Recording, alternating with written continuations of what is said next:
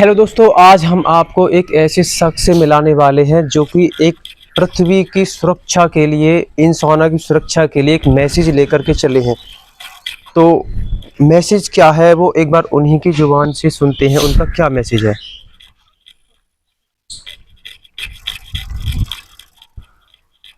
नमस्कार सर। नमस्कार भैया। कैसे हो? बढ़िया है।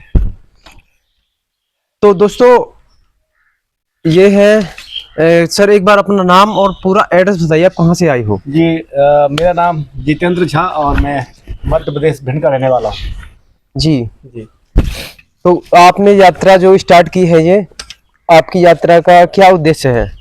जी मेरी यात्रा का उद्देश्य भैया प्रकृति को बचाना है।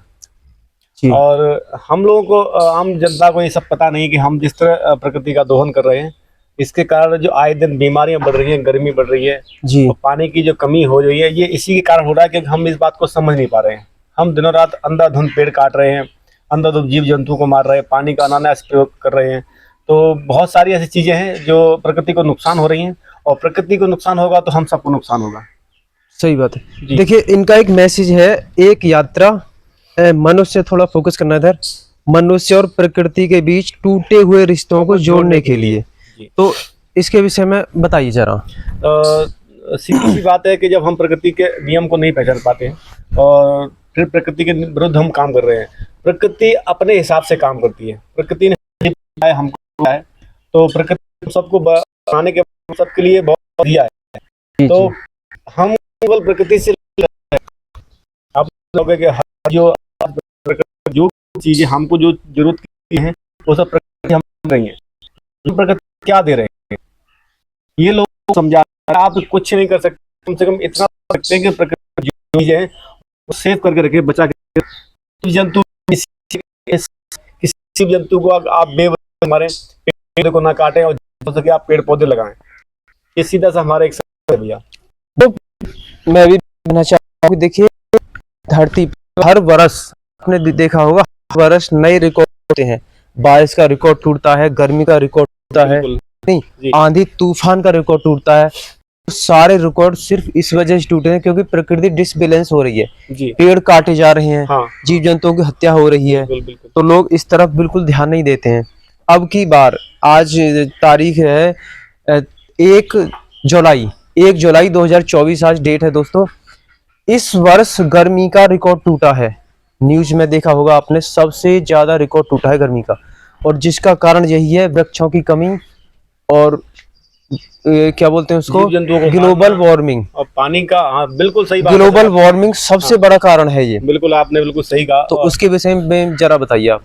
तो ग्लोबल वार्मिंग जो आती हम लोगों की वजह से ही है, जो हमें नहीं करना चाहिए, हम ज्यादातर वही कर रहे हैं। अब देखो ना, अरे एक घर, एक अमीर आदमी, एक घर में 4-4 गाड़ियां हैं और हाँ। 4-4 गाड़ियों में 4-4 एसियां हैं, हर कमरे में एसी लगी हुई है।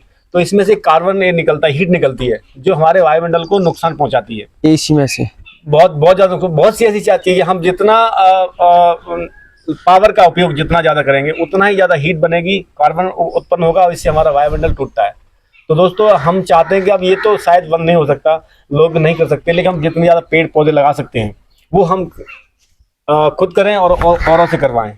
तो प्रकृति में जो भी चीजें हैं उनको बचाएं, क्योंकि प्रकृति हमारी माँ है और इसने हमें जीवन दिया है और आगे भी हमको देती रहेगी। आप जैसे अभी देख रहे हैं कि आपके, हमने देखा यहाँ पे, देखो आपने जो पेड़ लगा रखे हैं, यहाँ पे बरगद के 2 पेड़ लगे हैं, पीपल का पेड़ लगाया है, और इतना अच्छा आपने जो वातावरण बना रखा है। हम चाहते हैं ऐसा ही वातावरण हर जगह हो, हर माहौल में होना चाहिए। दोस्तों, आपने भी देखा होगा, और ना देखा हो तो हम बता दें, कहीं भी ज्यादा पेड़ पौधे हो, बाग हो, आम का बाग या किसी का बाग हो, वहां पे आप देख लेना, ठंडक मिलेगी। जी जी। बहुत ठंडा वातावरण मिलेगा वहां पर।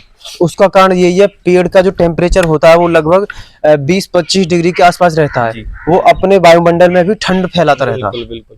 तो वृक्ष लगाना बहुत जरूरी है।